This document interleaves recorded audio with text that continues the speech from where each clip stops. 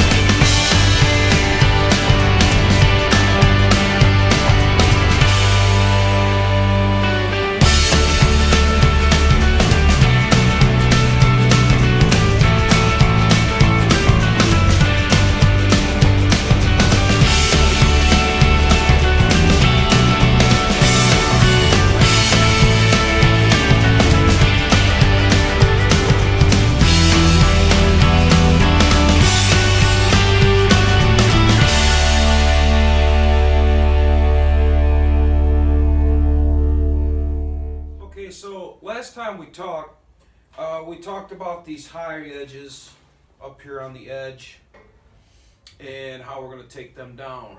And I've got a belt sander here, and that's usually how I take these down to smooth them out so that the top will fit correctly.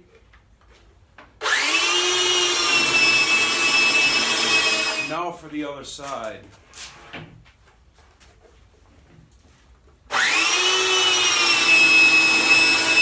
Okay, so I just finished the top, and basically what I did was I measured from end to end. A little bit of gap there because of the warp in the wood, but the skirting we're going to build along the top and these sides, you won't notice it. And up here we have a few little gaps, so we'll have to make some wood putty to fill the gaps. Great in here too. I mean, that isn't bad on the sides so much. It's mostly the bigger gaps like that right there will have to be filled, and definitely on the top that should also be filled. But you want to measure, when you measure from end to end, from that point to this point, you want to leave yourself about 1/8 of an inch overlap. So when this skirting gets put on the sides, it sets down. It's not too firm, but it doesn't have a lot of play. Man, this is going to be a beautiful box. Look at all those knots. And the screws will get covered up.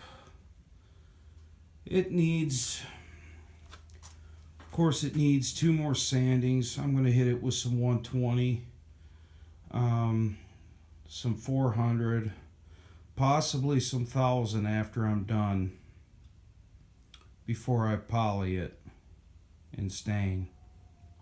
Okay, so I started working on the skirting for the top, as you can see. And basically what I did was I flushed it up on each side. Then I will take my sander and just make sure that I'm nice and clean on these edges.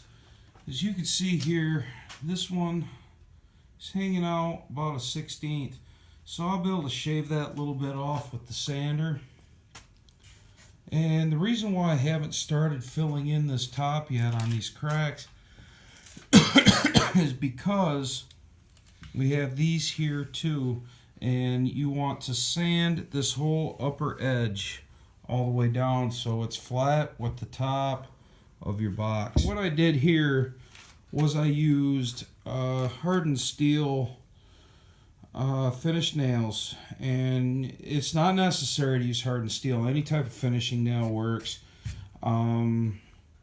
If you're not going to have kids playing with it, you're just using it as a trunk or whatever, you can use like an 18 gauge pin nail, or possibly even a 16 trim nailer. But what I did was I used 1.5 inch long hardened steel on these, and you can see right there, there's the hole. What I did was I set every single one of these with a nail set. And the reason why I did that is so I could fill in these holes and they're not going to be really noticeable. I also ran a bead of glue on this along the edge here before I put these boards on, and then I just stood the box top up and I just hammered in the nails. So it's coming together. Okay, so what I got going on here is all those little seams we talked about earlier. I'm using something called plastic wood, and this plastic wood fills in these little tiny gaps. Now you want to be a little more particular about your top. You don't have to be as particular about all the other stuff. Now, it does give a special warning that this stuff is not exactly the healthiest to breathe it in, especially when you're sanding. So when you're sanding this particular product, you have to use some form of mask to prevent you from breathing in the dust. Because this dust, I guess, is from what the product says, it's pretty bad for your lungs. I take a small amount, ball it up, and I just gently rub it over where my nail holes are on the sides to fill those in. And works really well. You got any small dents, you can use this to fill in those also. It's quite a nice product. Or you could spend the extra time and mix up some of the dust you have from your sander and mix it with some glue. So basically what I'm doing is I'm also filling in the little gaps over here on the sides. I packed it down in, and after 24 hours I will sand it smooth.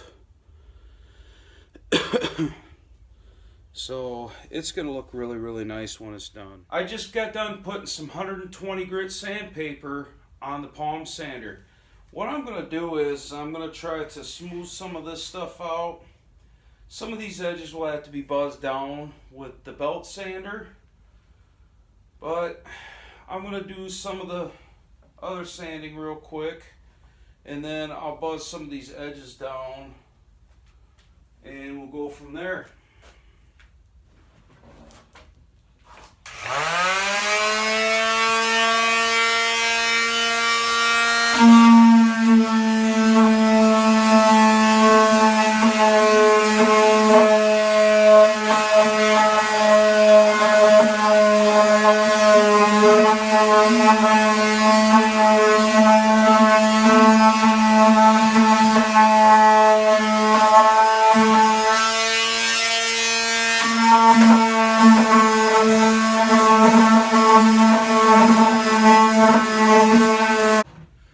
So now we're going to hit that high spot and smooth it out with the rest of the box. We want to be careful not to go too far down, because those grit lines will show up right here and make a lot more work for us sanding it out.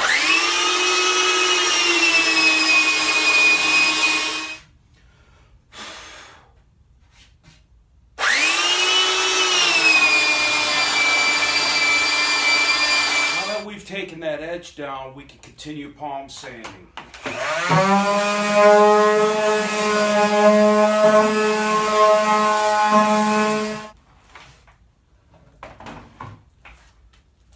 This side is done now.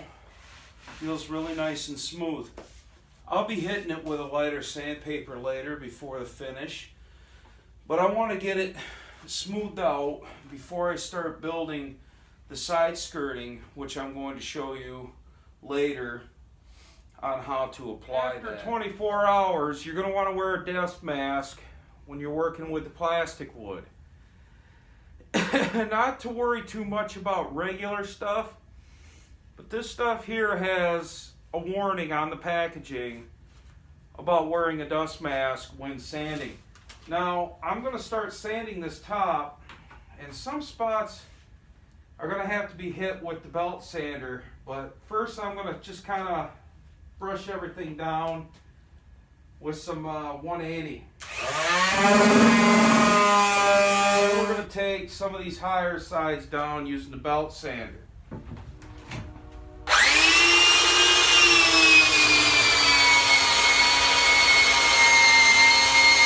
Okay, so now I got the top sanded down, everything's nice and leveled out. Nice and smooth, really smooth. No rough edges, everything is perfect. And as you can see, the filler does a pretty good job at filling in these gaps.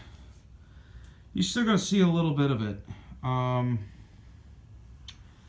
But when you're done doing all your sanding and stuff, if you're going to continue being in your work area, I recommend, if you don't have like a garage door open, like I don't right now because it's 40 some odd degrees outside and cold, you continue wearing your face mask for a little while until everything settles down. But for the most part, this box is coming together wonderfully. And so with the next part of the project, we're actually going to start building the trim pieces for along the bottom, and then we will make the connectors that connect up and down. And so you're going to want to make sure you have your top on in the direction that you want it to face. Like your main face, I'm picking this side that's got the most knots, and I'm picking the side of the front for the front of the box because it's got some more character than the other side does. So that's kind of how I'm doing it, because once you put these side pieces on that go up and down, they're going to fit that top of that box specifically. So if you don't put that top back on in that specific order, you're going to actually have some gaps, which probably wouldn't bother some people, but for me, it would drive me nuts.